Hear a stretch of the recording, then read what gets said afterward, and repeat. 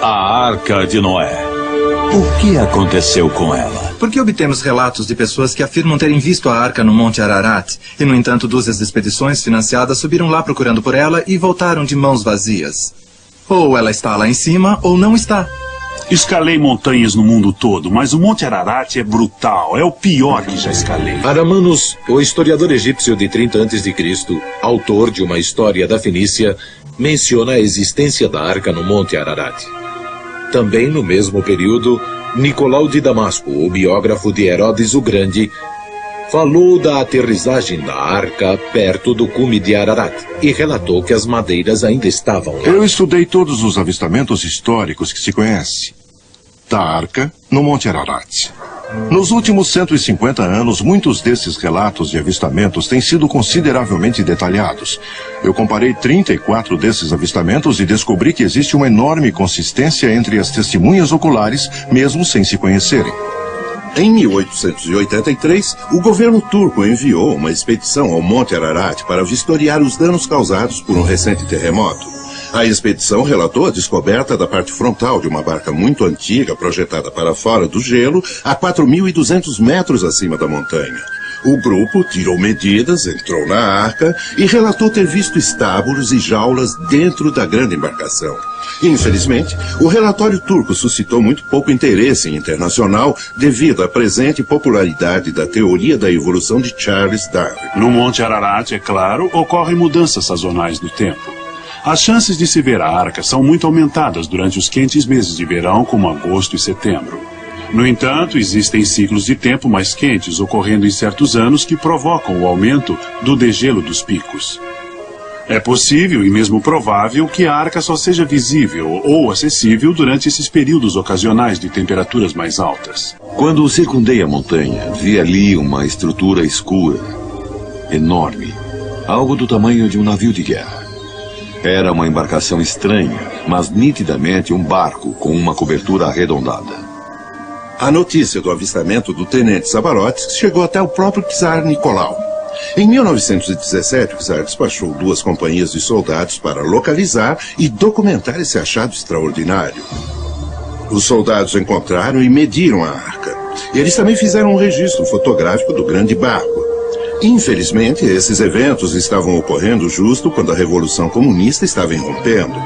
Como resultado, os relatórios e as fotos dessa expedição não foram mais encontrados e são considerados como perdidos ou escondidos em algum arquivo secreto do Kremlin. No entanto, eles foram vistos. Existe uma controvérsia quanto à veracidade da expedição russa e do avistamento da arca por volta de 1916 e 1917. Nosso autor passou 20 anos pesquisando Anastácia, a última sobrevivente da família real russa.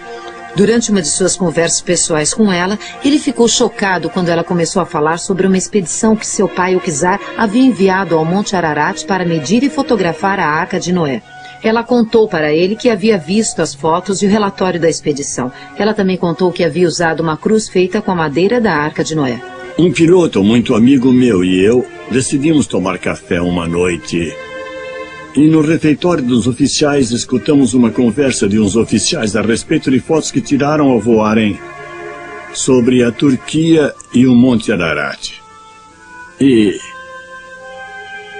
enquanto viam as fotos, nos interessamos e começamos a vê-las também. E um deles disse, sabe, elas poderiam ser da Arca de Noé. Vou dizer o que eu vi naquelas fotos. Primeiro, as 3 fotos mostravam uma massa de gelo que encobria o barco em um ângulo mais ou menos assim, e o gelo descia.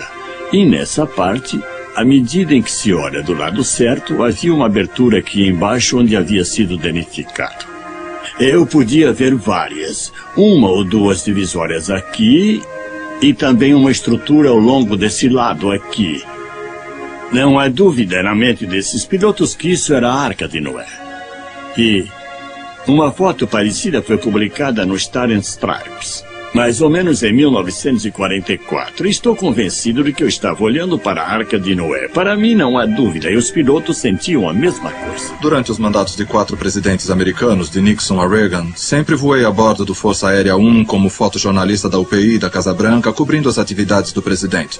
Nessa ocasião, em particular, eu estava voando a bordo com o então presidente Jimmy Carter. Durante o voo, quando estávamos sobre a Turquia Oriental, nossa atenção foi atraída para a janela. Era um momento dramático quando jatos MiGs de caça soviéticos estavam nos escoltando asa a asa. Ao mesmo tempo, alguém nos disse que se olhássemos para baixo, veríamos a Arca de Noé. Eu olhei. Lá, talvez na metade da montanha escarpada, havia um barco grande e escuro, claramente visível. Estava parcialmente coberto de neve ou gelo. Estou convencido, baseado no que vi lá, que era a Arca de Noé. Então, de repente, olho e vejo esse barco enorme e temeroso, pousado lá embaixo, naquela bruma, sabe? É como se você visualiza um sonho e lá está. Naquela época não se podia ver a arca. Quando chegasse o tempo de poder vê-la, ele voltaria para me buscar. 2 meses depois, ele voltou e disse, podemos vê-la, vamos. Quando ouvi a história de Ed Davis sobre a Arca de Noé, pensei que devia não só investigar a história, como também o próprio Ed Davis pessoalmente. Fui a Albuquerque, Novo México, e contratei um especialista em polígrafo, com cerca de 15 anos de experiência na polícia. Eu contei a ele a história de Ed Davis e ele disse, Larry, me dê meia hora com esse cara e eu dobro. Após 2 horas intensas, o especialista em polígrafo disse, Larry, não sei te dizer em que montanha Ed Davis esteve. Nem sei te dizer se era a Arca de Noé, mas uma coisa eu digo. Ed Davis viu um barco e ele não está mentindo. O acaso desempenhou um papel importante no relato do testemunho do Dr. Ahmet Ali Arslan. O Dr. Arslan é o chefe do departamento de Washington para um importante jornal da Turquia e antigo locutor da rádio A Voz da América. Mas ele conhece o Monte Ararat como poucos.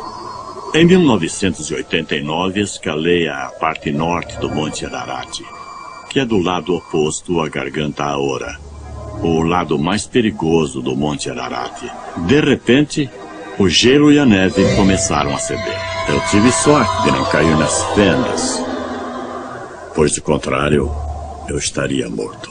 Quando me recobrei, notei que, a 30 ou 60 metros de distância, havia uma estrutura tipo construção, certamente feita de madeira. Parecia quase uma cabina de capitão. Imediatamente peguei minha câmera e tirei fotos. Pode-se ver vigas retas e planas. Definitivamente, parece uma estrutura feita pelo homem. Acredito que o que eu vi e fotografei é, sem a menor dúvida, a Arca de Noé. Em agosto de 1990, numa expedição de helicóptero ao redor do Monte Ararat, voamos sobre a geleira na face nordeste da montanha. Foi nessa ocasião que tiramos essa foto de um objeto retangular que acreditamos ser a Arca de Noé.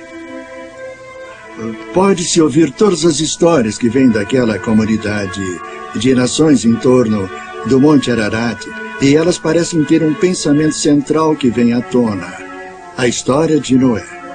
Todas as evidências conduzem ao fato de que aquele grande barco que tem sido visto no Monte Ararat tem que ser a Arca de Noé. Esse homem chamado Noé demonstrou sua fé em proporções épicas, trabalhando por gerações para construir a incrível arca. Ele trouxe milhares de animais para a arca para sobreviverem a uma calamidade iminente, que ninguém em sua época poderia sequer imaginar. Ele pediu para sua família acreditar nele e, em troca, salvou não apenas a eles, mas todos nós que descendemos dele. Essa é mais do que uma história de um grande barco e de um grande dilúvio. É também a história de um grande homem. Não é incrível como esse livro, há tanto tempo valorizado como um tesouro de fé e orientação, está de repente emergindo também como um fantástico documento histórico? A tecnologia científica moderna, como vocês viram, parece apoiar a história que a Bíblia tem contado há milhares de anos. Se a existência da Arca de Noé no Monte Ararat está para ser confirmada, podemos perguntar: por que Deus a preservou, mas permitiu que ficasse escondida do mundo todos esses anos? Não sabemos a resposta a essa pergunta, mas poderia ele estar guardando para um tempo como o nosso? Um tempo desconfortavelmente parecido com aquele logo antes de Deus destruir a humanidade por meio de um dilúvio? Algo a se pensar.